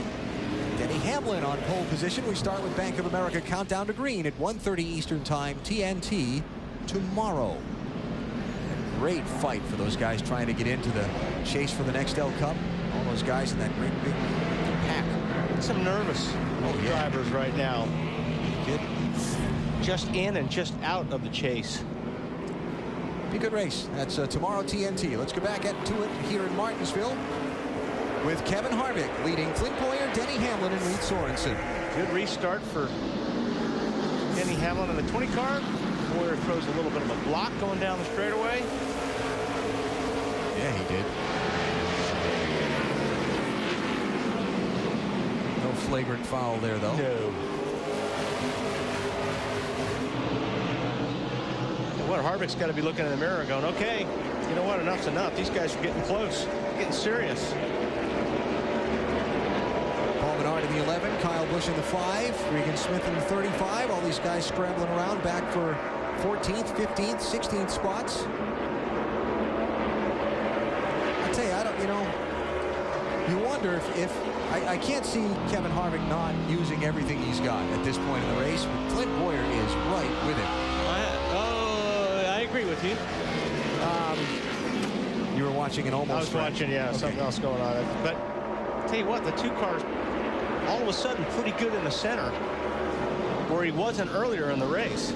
Clint Boyer led the first 45 laps of this race before Kevin Harvick got by him. And he's all over Harvick right now for the race lead with 40 to go. The problem is he needs for Harvick to make a mistake, which is going to be unusual. Yeah. Let's take you back through the top 10, a little through the field, and check on the leaders. Lindsay? You guys talk about Clint Boyer inching up on Kevin Harvick. Kevin Harvick and his crew chief feel that this car has everything it needs to stay in the lead spot. They feel good, but Kevin is being very, very quiet right now. The key is silence because his crew chief is brainstorming. They're trying to make sure that he doesn't give this up. Dave? Lindsay, Clint Boyer driving that 2-car very well, as Wally said, on the back end of the 21. Now, you mentioned the block Wally did at the beginning of this run, and that's exactly what he needed to do to the 20 car. He said, if I can just keep the 20 behind me on that first lap, I think I can keep him behind me for the rest of the race. As for the 20 of Denny Hamlin, trying to win the 3rd race of his season, remember, he's a pole sitter for tomorrow. Came here with a lot of confidence, but started in the back of the field. It's been a good drive to the front for Denny. Lindsay? The 41 of Reed Sorensen currently in the 4th spot. He was up in 3rd. He's gone back to 4th. He's been shaking it out between those two positions. I talked to crew chief Brian Patty, and Patty said, I know our car is good enough to finish 3rd. As for if it can get up to the top spot or 2nd, I'm not sure. Dave? Crew Chief Harold Holly on the 00 has been doing a lot of work on this team recently. In fact, the car they're running today, they're calling Generation 3, the 3rd generation of cars that Harold has been making for Johnny Sauter. Last week at Loudon, a Gen 3 car finished 6th. Today, they run 5th. Lindsay? John Andretti in the 10 car. We talked to you guys a while back when Andretti was in the 5th spot. Right now, he's one back in the 6th. He had been concerned that the car was starting to fall off, but right now they feel as though it's getting better and it's actually turning a little bit easier out of the turns. And as for Carl Edwards, who sits right behind him, this morning at qualifying, I talked to Carl. He said, when I came back from Pocono, I thought qualifying was at 11 o'clock this morning. I thought we had missed it. He had no idea, so good for him. He gets to take advantage of good position. Alan? He was able to jump into his suit and get out and qualify his own car. As Edwards bangs on John Andretti's back bumper for 6th, you saw in the box while we were doing through the field, Clint Boyer took his stab at Kevin Harvick for the race lead. Yeah, he was working on him pretty good. Here he goes in down into the corner, and I'll tell you what, he was, I mean, you know, good save for both of them. He wasn't there, he wasn't far enough on Harvick to really give him any room. Uh-oh, we got Kyle Busch spinning around again. Up in turn 4. No caution yet. Now the yellow's out. I've got a feeling Kyle got punted. That would fit the pattern. Yeah. Question is, by whom? I believe it was by Mike Wallace, or it was in the vicinity of Mike Wallace. We'll look for conclusive evidence. Meantime, yellow flag 17 has slowed us with 31 laps to go. Kyle Busch had kind of a tough day. Has been on pit road a couple of times with left front damage from contact. Looking ahead from Darrell Waltrip.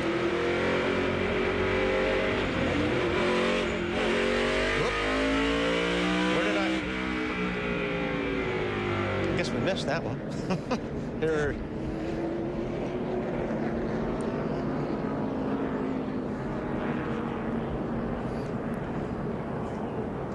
All right, well, there you go.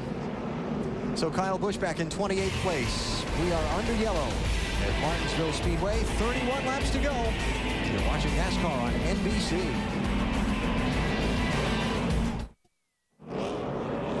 Closing in on the finish, cleaning up from the 17th caution here today at Martinsville Speedway in Virginia. One away from tying the record for most cautions in a Busch Series race at this track. I want it, Alan. If we're this close, I want the record. You want to be part of history. Yeah, absolutely. So I hope they don't let me down. Dave? Well, I'm going to try to slip in here real quick to Dan Deringhoff. And, you know, Clint's been racing his teammate Kevin out there pretty good. Does he have a shot? I think we do. We're just kind of waiting until the end of the race here and really trying to save our stuff. No reason to go out and lead a bunch of laps right now with all these cautions. So we'll see what happens at the end. You would like to have him lead the last one, though, wouldn't you? I didn't hear you. You would like to have him lead the last one. Oh, yeah, of course, the last one. That's the only one to lead. Lindsay? Dave, I just talked to crew chief Todd Barrier, who's up here working very hard, and Todd just told me that, you know, as far as Clint trying to get beyond Kevin Harvick, he said, Clint, by the way, is going to need a ride back to Pocono. Alan? Wow, another big block, AP. Yep. He gets on the high side this time. Hamlin gets up, doesn't do it, but obviously Clint Bowyer's having some trouble getting through the gears, you know, with that engine, and that's why he's putting the block on. And that, you know, it's good thinking. That's what you got to do. Just tuning in, Bowyer has complained that he's underpowered in that 2-car all day. Although that's the car that started on pole, and he's been racing for the lead for some time with Kevin Harvick. But it seems like on the restarts, Harvick gets away, then Bowyer tracks him down. Yeah, the car just doesn't seem like it wants to accelerate through the gears.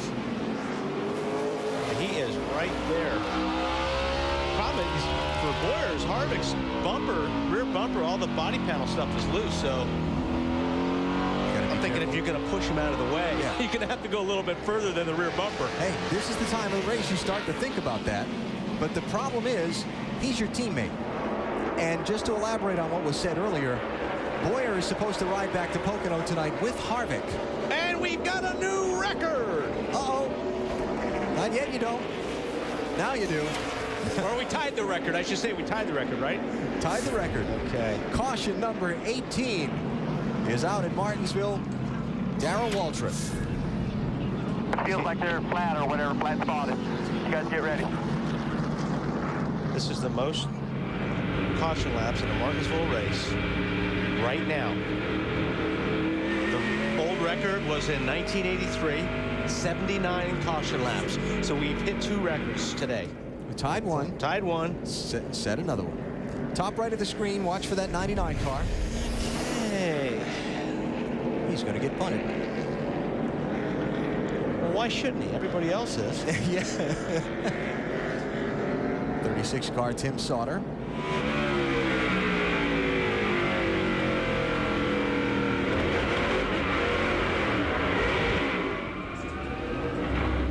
Well, you know, think of it this way. Darrell getting back in the race car today, it's good for him to get the whole Martinsville experience and relive that.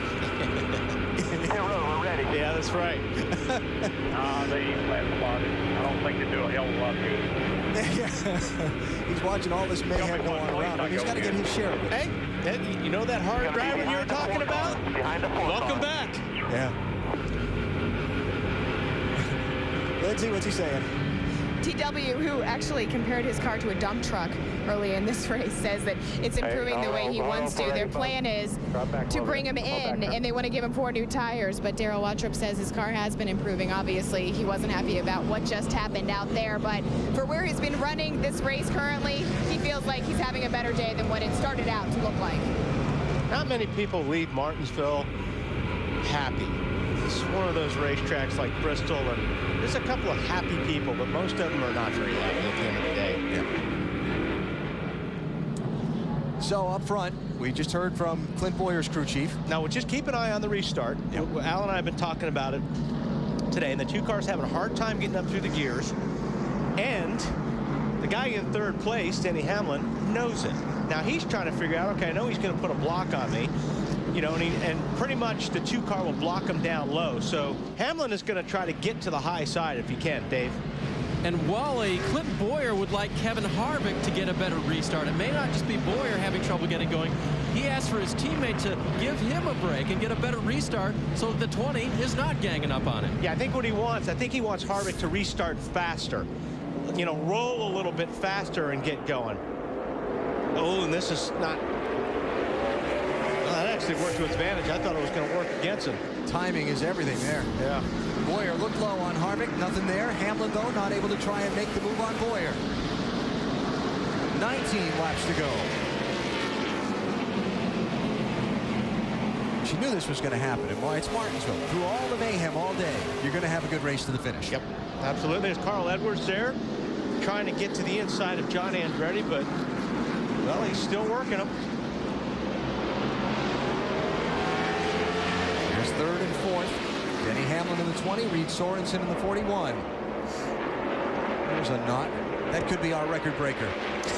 There it is. Could this be the very nice? Good call, AB. How about that? Very nice. Waiting on the yellow, waiting on it. Haven't seen it yet. Now it's out. Ladies and gentlemen, congratulations. It's a new record. You are now part of history.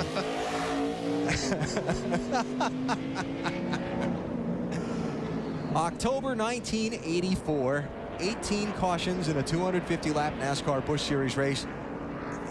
He's going to have a sore arm at the end of the day. I think that's the second flagger of the day. They're going to ice the starter's arm down like they do a pitcher's at the end of a baseball game. Todd Cleaver. It looked like Cleaver just got in there, and to me, on that shot, it looked like he got a little bit loose getting in. He tried saving it. May have bounced off the 77 car, Bernie Lamar, but regardless. End result was the same. End result was History was made. History was made. Bernie, you're part of it. Or, yeah, well, Bernie's part of it. Todd's part of it. So another restart chance for Kevin Harvick and Clint Boyer and Denny Hamlin. Dave? And for Harvick and Boyer not to wreck each other, Richard Childress just called Martinsville Speedway, talked to the boys here. And that's no lie. They radioed to Clint. They said, Richard just called. They said, don't move him. Now, Clint replied, well, how am I supposed to win the race? I guess, Wally, that's a hard decision. Boss says, don't move him, and you want Kevin to give you just a little bit of room, and Kevin doesn't want to lose a race, and that's hard. I'm sorry, Dave. I'm having a hard time hearing you right now. Yeah, exactly. That's exactly what Kevin and Clint are saying. We're just going to race. Can't hear that radio call from pit road, huh? Breaking up really bad. Gee, I hate that for them. You hearing Wally okay, Lindsay? I'm hearing Wally loud and clear, sometimes too much. No, I'm just kidding. Oh, yeah. I'm here with crew chief Todd Barrier for Kevin Harvick. Todd, you joked around saying that Clint Boyer needs a ride home, so you guys, you know, he'll make sure to keep it easy for Harvick to win. But seriously, tell me about the strategy that Kevin takes now as far as holding him off. Kevin just has to get a good restart. You know, Clint's been really good on the first 3 or 4 laps of these runs. And honestly, Kevin just has to get a good start and guard the bottom for the first couple of laps. And then, I mean, both of our cars are really good. And right now, it's just who's got the track position. And we're just fortunate enough right now to be the one in front. And we heard that Richard Childress made a phone call here to Martinsville. Are you privy to that information? I don't know anything about that. So sure you don't. He ought to be good with everything that's going on right now. We wish you a happy flight home, Todd. Guys. Of course, Todd has to go back to Pocono, the crew chief, Kevin Harvick's Nextel Cup effort tomorrow. I'm trying to think. It was a race here at Martinsville, and I'm trying to remember. It was Ken Schrader and might have been Ricky Rudd driving for Hendrick Motorsports at the time, teammates, and they wound up in a big smoking heap together off of turn 2 and ended up in a meeting with the boss the following day. I can imagine. And Schrader likes to tell that story about that meeting and say, you know, Rick's a pretty mild-mannered guy, but that meeting wasn't very pleasant. So you can imagine what Richard Childress is thinking now. All right, less than a lap for the restart. They'll go green with 12 laps to go. But let's not count these guys out in third and fourth yet either.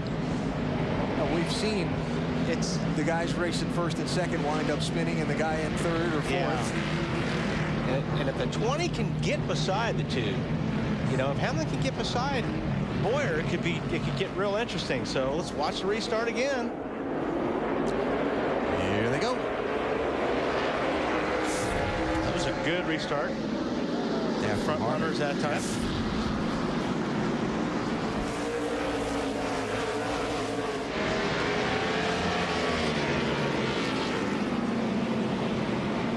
And Hamlin not able to do anything with Boyer on the get-go here. So right now it's Boyer trying to find a way around his teammate Kevin Harvick without moving him.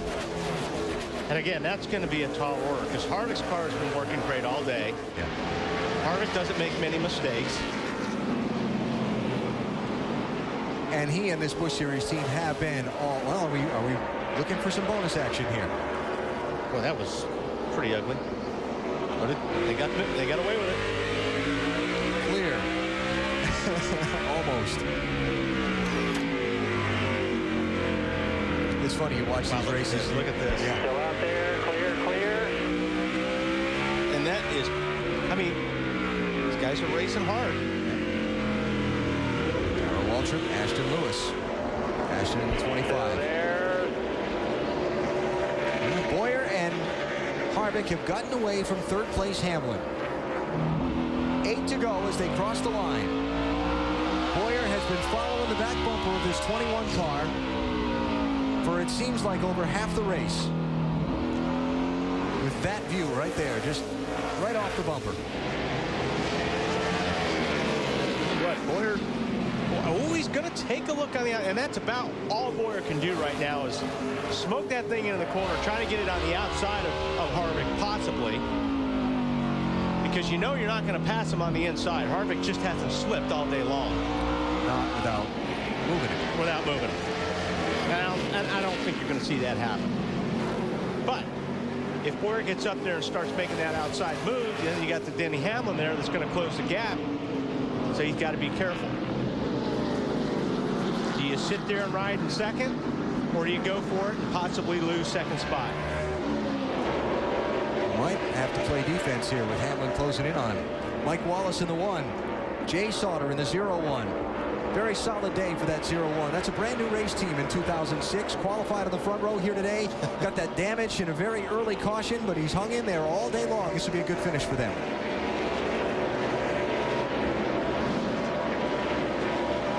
David Green, remember his car overheating earlier. Leaders go by him, starting to show some smoke from that 27.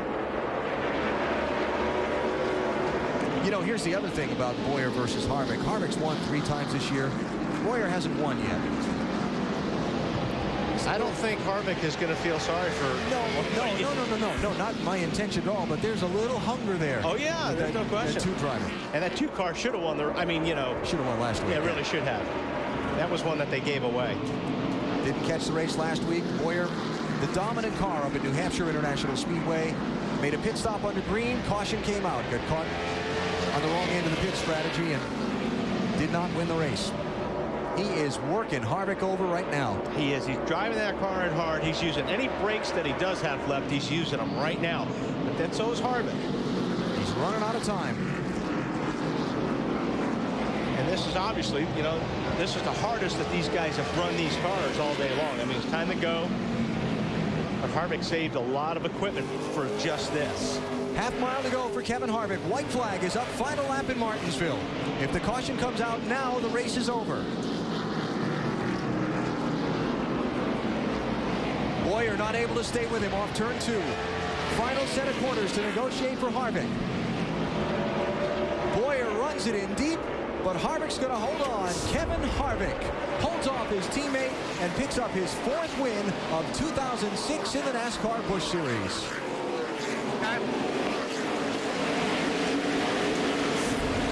Clint Boyer finishes 2nd. Denny Hamlin 3rd. Reed Sorensen 4th. Hamlin and Sorensen starting at the back of the field. Victory lane's right on the track, Kevin. And Johnny Sauter finishes 5th. Little post checkered flag Yeah, Kyle Busch was in a hurry to get to pit entrance over there, or garage entrance. And the burnout.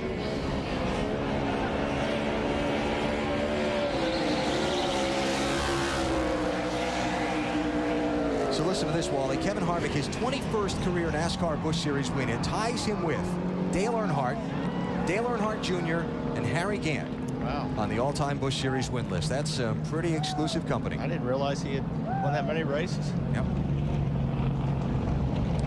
So Harvick doing the burnouts and celebrating. We'll get to victory lane when we come back to the Martinsville Speedway and hear from today's race winner and some of the other top finishers. Kevin Harvick taking the checkered flag. Victory lane set up on the front stretch of the Martinsville Speedway. Kevin Harvick will climb from his car there seconds from now to the applause of his team and the fans. Dave? And of course, when you win a NASCAR Busch Series race, it's a beer bath. That's the first step. Busch beer all over, including all over the winner, Kevin Harvick, who held off everybody today, including his teammate at the end of that race. That was pretty close. Yeah, it was a good race. I knew I had to keep it on the bottom there on the restarts. Just couldn't get going like I needed to, and those guys could. And then after about 5 laps, old U.S. Coast Guard Chevrolet could get out there, you know, a couple car lengths. But good day, good pit calls. I knew it was going to be all about track position, and just got to thank the United States Coast Guard, Richard Cotto, Snap-on, everybody that's involved with this car. With about 100 to go, Clint was on your bumper. Were you saving it all at that point? No, my car started to get loose in the corner, so I just started adjusting the brakes and just trying to get the balance right on that. And once I got that right, I was able to stay on the bottom. But all in all, it was a good day. Now, Richard called, and did your team make you aware that he told the two not to turn you to win? Well, you know, last week it was kind of the roles were reversed. So, you know, it's we'll take care of each other as we need to, and that's what we do, because all three of us get along and do what we have to do to make sure that we do as good as we can and take care of each other along the way.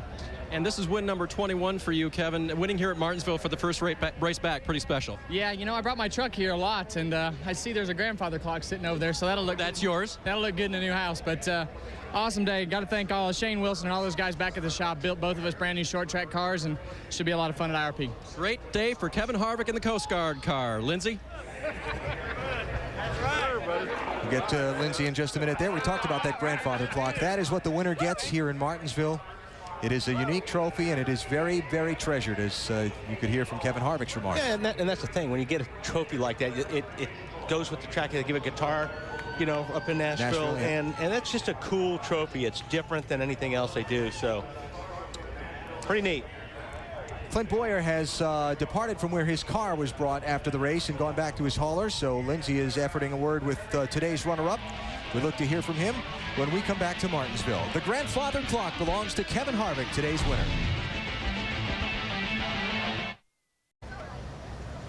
We're back at Martinsville with second-place finisher Clint Boyer. Clint, I know you respect that Kevin's the point leader, but how tough is it to follow team orders like that? Oh, it's all part of it. It's all being a teammate. I need to ride back to Pocono. I'm riding with him, so I can't be knocking him out of the way. But no, all the guys on the Delco Chevrolet, all the guys in this whole Busch program, they work their tails off, and you know, it's showing. The guys on my team, that's 2 dominant cars in 2 weeks. I'm gonna get them a win. We just got to be patient with it, and when it comes, it's gonna come big. Clint Boyer, thank you so much. Alan? And a look at the finishing results from today's race in Martinsville. Kevin Harvick, the winner. Hamlin and Sorensen came from the back. Top 5s. Yeah, looked at that. Paul Menard wound up 12th. And you go down here. I mean, you know, there's a lot of cars ran good, but a lot of guys had a lot of problems today. Yeah. Found themselves backwards. Ron Hornaday was one of them a few times. Yeah. David Green 31st after the radiator troubles, and the final 3 finishers. Tomorrow, 1:30 Eastern, Nextel Cup Racing from Pocono on TNT. We'll look for you then. Next, except on the West Coast, your local news. Then at 8/7 Central, it's Miami Vice Undercover. For Wally Dollenbach, Dave Burns, and Lindsay Zarniak, Alan Bestwick, so long from Martinsville. Kevin Harvick's your winner.